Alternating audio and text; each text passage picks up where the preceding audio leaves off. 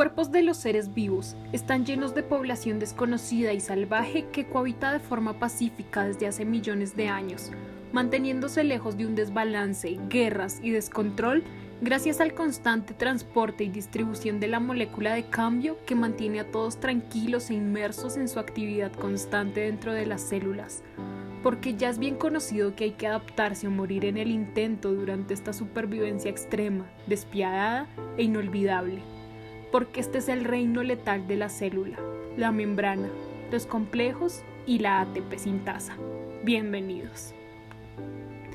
Este es el momento crucial de la supervivencia celular. Las llanuras de la membrana son inmensas, y es aquí en donde se encuentran embebidos los complejos proteicos del 1 al 5, habitantes dominantes de estas llanuras que monopolizan los protones que están en micrómetros a la redonda. La vida de este clan se centra en una red de madrigueras por toda la llanura en la membrana plasmática de las bacterias, en la membrana tilacoide de los cloroplastos de las plantas y en la membrana interna de las mitocondrias de eucariontes. El peso molecular de los miembros del clan varía de 500 kilodaltons a 850 kilodaltons dependiendo del organismo en el que se encuentren.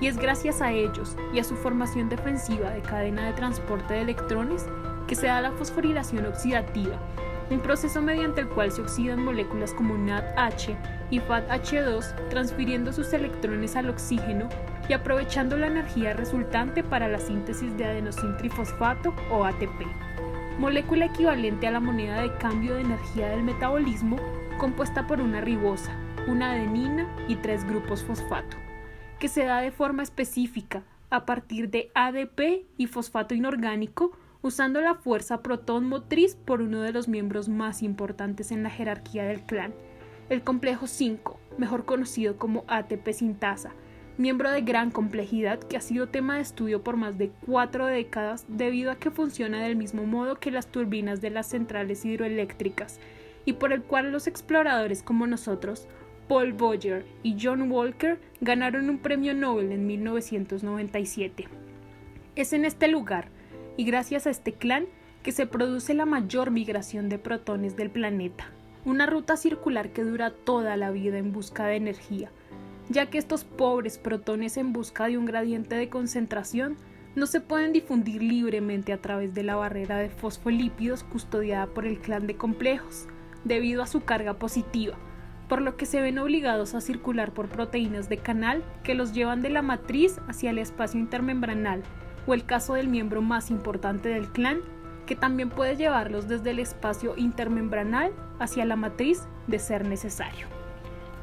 Acompáñennos en esta travesía para el avistamiento y descubrimiento de estos seres tan especiales, específicamente en busca de los conocimientos ancestrales del líder ATP sintasa, a quien pediremos permiso para adentrarnos, conocer los secretos más maravillosos de la vida y compartirlos con ustedes. Una vez dentro y con el debido permiso, aprenderemos acerca de la estructura del líder junto a nuestra exploradora experta en vida salvaje, Juliana Maldonado, acerca de la función tan compleja de ATP sintasa con nuestros expertos Cristian Díaz y Andrea Morales, y finalmente hablaremos de los enemigos del líder, también llamados reguladores, junto a Ángel Aguilar, experto en ataques de este tipo. Adentrándonos en este ser tan especial, del cual nuestra exploradora Alison Arevalo nos habló, la ATP sintetasa, observemos que posee una gran estructura en forma de chupete, que se encuentra constituida por 2 grandes subunidades. La subunidad F0, que se encuentra en el lado P positivo, y la subunidad F1, que se encuentra en el lado N negativo. Siendo así, si me permiten, les explicaré en qué consiste cada una de ellas. La subunidad F0, la cual atraviesa la membrana interna mitocondrial en las células eucariotas, pero no olvidemos que en las células procariotas se encuentra asociada a la membrana celular. Esta subunidad también es conocida como la subunidad canalizadora de protones. Lo sé, se preguntarán, ¿por qué se le denominará de este modo? Déjenme les explico. Esta subunidad F0 también está constituida por otras 3 pequeñas subunidades. La A, que consta de una subunidad, la B, que posee 2 subunidades, y por último la C, que puede llegar a poseer de 8 a 15 subunidades. Esto dependerá exclusivamente de la especie. Pero, ¿qué sucede en cada una de estas pequeñas subunidades? Verán, la subunidad A se apoya directamente de la subunidad C que, como podemos observar, tiene forma de anillo. Esto permite la formación de dos semiconductos o semicanales hidrofílicos que no atraviesan por completo la membrana.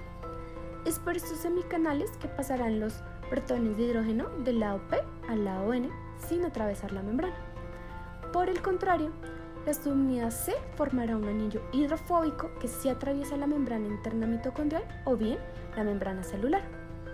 Esta pequeña subunidad C posee un resto de ácido aspartico, el ASP61, que interacciona con la arginina ARG210 de la subunidad A. Esto también dependerá de la especie, dado que pueden ser restos de otros aminoácidos, pero usualmente son los que les acabo de mencionar. Y la última pequeña subunidad B, que por su parte conecta la subunidad F0 con la subunidad F1, sirviendo de elemento estático, es decir, de estator, durante la catálisis rotacional. De ahí el motivo del por qué se le denomina así. Ahora, si me propician, les explicaré la otra gran subunidad que conforma la ATP sintetasa, la subunidad F1, también llamada la subunidad catalítica. Esta gran subunidad está conformada por 5 polipéptidos diferentes: alfa, que posee 3 subunidades, beta, que también posee 3 subunidades, y por último los polipéptidos gamma, delta y épsilon, cada uno con una subunidad respectivamente. Sin embargo, cabe resaltar que la subunidad beta contiene el centro activo y que la subunidad gamma es el eje central rotatorio de esta gran subunidad F1. Esta subunidad gamma también constituye un largo eje helicoidal que se posiciona en el centro del hexámero 3-alfa, 3-beta. El anillo C y el tallo gamma-épsilon constituyen la parte móvil del complejo o el rotor, frente al resto de la molécula que forma la parte estática o el estator. Por último, las subunidades beta, como ya les había mencionado, contienen el centro activo e interaccionan asimétricamente con la subunidad gamma. Hasta el momento, nuestros exploradores han explicado cómo está compuesto este gran líder y sus generalidades, pero ¿se han preguntado cómo se mueve? ¿Cómo realiza todas sus acciones? Hemos tardado un largo tiempo en explicar esto, y luego de tantas observaciones y anotaciones lo traemos aquí para ustedes. ¿Alguna vez pensaron que el mecanismo que usa este gran líder es muy parecido a la turbina de un avión? Estas y otras más cosas las veremos a continuación. Mi nombre es Andrea y veremos cómo funciona la gran subunidad F0. De un lado para otro, todo en función de unas llaves clave que hacen parte del funcionamiento de nuestro líder, los protones.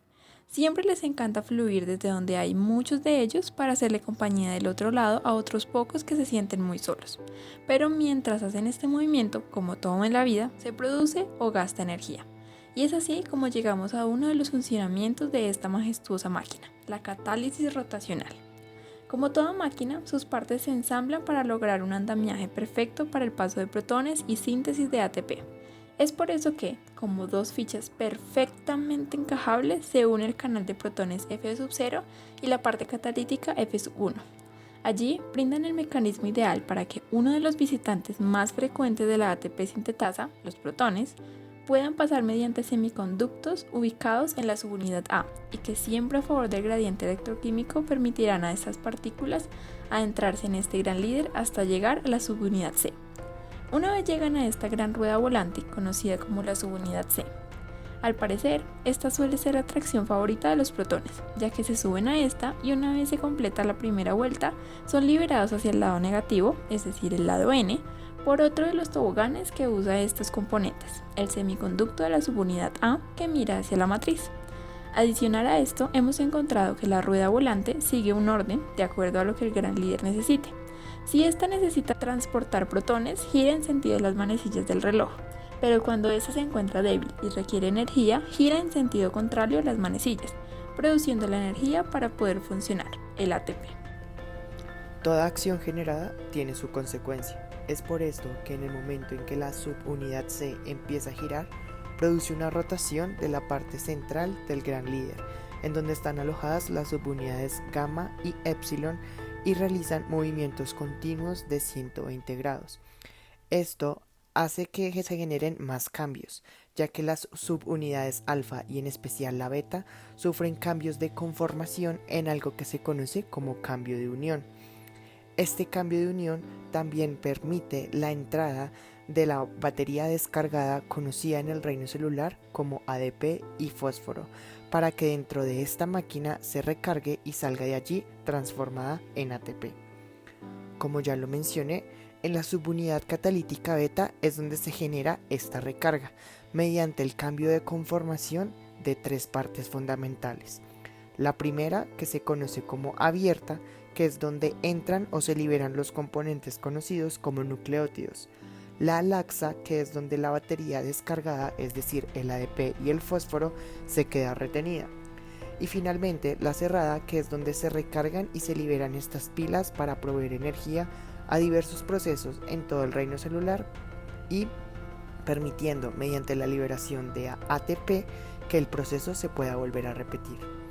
En resumidas cuentas, nuestra máquina necesita 3 visitantes, es decir, protones, para que se produzca el giro de 120 grados y de esta manera se libere una molécula de ATP.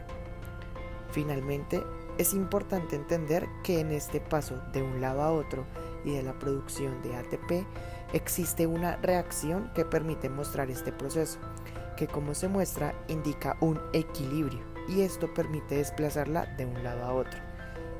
Este equilibrio se inclina más hacia la producción de ATP, dado que el compartimiento que está en la subunidad beta le encanta estar junto al ATP. Es por eso que para su formación no necesita ningún aporte energético. Ahora hablemos de regulación. Como es conocido, en la naturaleza es necesario mantener un equilibrio. Es por ello que en el terreno celular hay ciertos habitantes capaces de regular la función desempeñada por la ATP sintasa. Estos están enfocados principalmente en evitar que el líder del clan desempeñe la función inversa a la que ejerce usualmente, la cual requiere un gasto de energía, la liberación de protones hacia el espacio periplásmico o hacia el espacio intermembranal. Esto ocurre cuando el ambiente se vuelve hostil debido a una disminución de disponibilidad de un elemento crucial en la supervivencia de las células aeróbicas, el oxígeno. Cuando el oxígeno disminuye, ocurre una serie de cambios metabólicos en la célula, asociados a cambios cinéticos de ciertas enzimas. Estas modificaciones metabólicas consisten en una activación de la glicólisis anaerobia y una disminución de la respiración aeróbica, acompañada de una inactivación de la fosforilación oxidativa y del ciclo de Krebs. Debido a la activación de la glucólisis, las diferentes enzimas producirán lactato, generando un entorno ácido y una disminución del potencial de membrana que, en condiciones normales, atraerá la atención de la ATP sintasa. En estas condiciones, este fascinante ser empezará a desempeñar su función de manera inversa, con el fin de restaurar el equilibrio en la membrana que resguarda.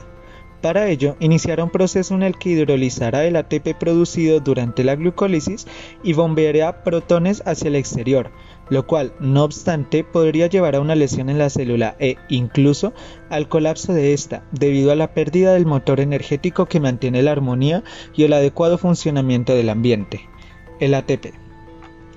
Es ahí donde entran en acción seres reguladores del funcionamiento de la ATP sintasa, cuya finalidad principal es evitar la hidrólisis innecesaria del ATP. El primero que estudiaremos se encuentra en las células eucariotas, es de naturaleza proteica y se denomina IF1. Este se despierta y entra en acción cuando el pH celular disminuye y se une a la porción F1 de la ATP sintasa, evitando así la hidrólisis innecesaria de ATP. Otro ser que también interactúa con el complejo F1 con el mismo fin es la subunidad Xi, presente en las alfa-proteobacterias. Por otro lado, se ha encontrado que en algunas eubacterias la propia subunidad epsilon de la ATP sintasa se encarga de autorregularse mediante cambios conformacionales en su extremo C-terminal según la disponibilidad de ATP. Para finalizar en esta travesía por los reguladores naturales de este ser maravilloso, visitaremos otro tipo celular, específicamente el de las cianobacterias, en el cual la inhibición de la función hidrolítica de la ATP sintasa se da por la unión de dos seres, el ADP y el magnesio, y por la inserción de un pequeño ser en la subunidad gamma de la ATP sintasa. Ahora que hemos visto una serie de elementos reguladores de la función de la ATP sintasa, es importante mencionar un depredador de esta que se emplea principalmente en investigación debido a su toxicidad en humanos. Este recibe el nombre de oligomicina, un antibiótico que ataca el complejo F0 de la ATP sintasa y no le permite ejercer su función de transporte de protones y, por tanto, el de producir ATP, resultando en la muerte celular debido a un desequilibrio. En la llanura de las membranas, a medida que nos alejamos, se ve a los integrantes del clan, quienes se quedarán allí para continuar con sus arduas labores una y otra vez, todo el tiempo que sea necesario, todo con tal de mantener el equilibrio perpetuo de la vida. Gracias por habernos acompañado en esta travesía. Si desean saber más y más, no se pierdan de la segunda parte, ATP Sintasa, el documental, parte 2.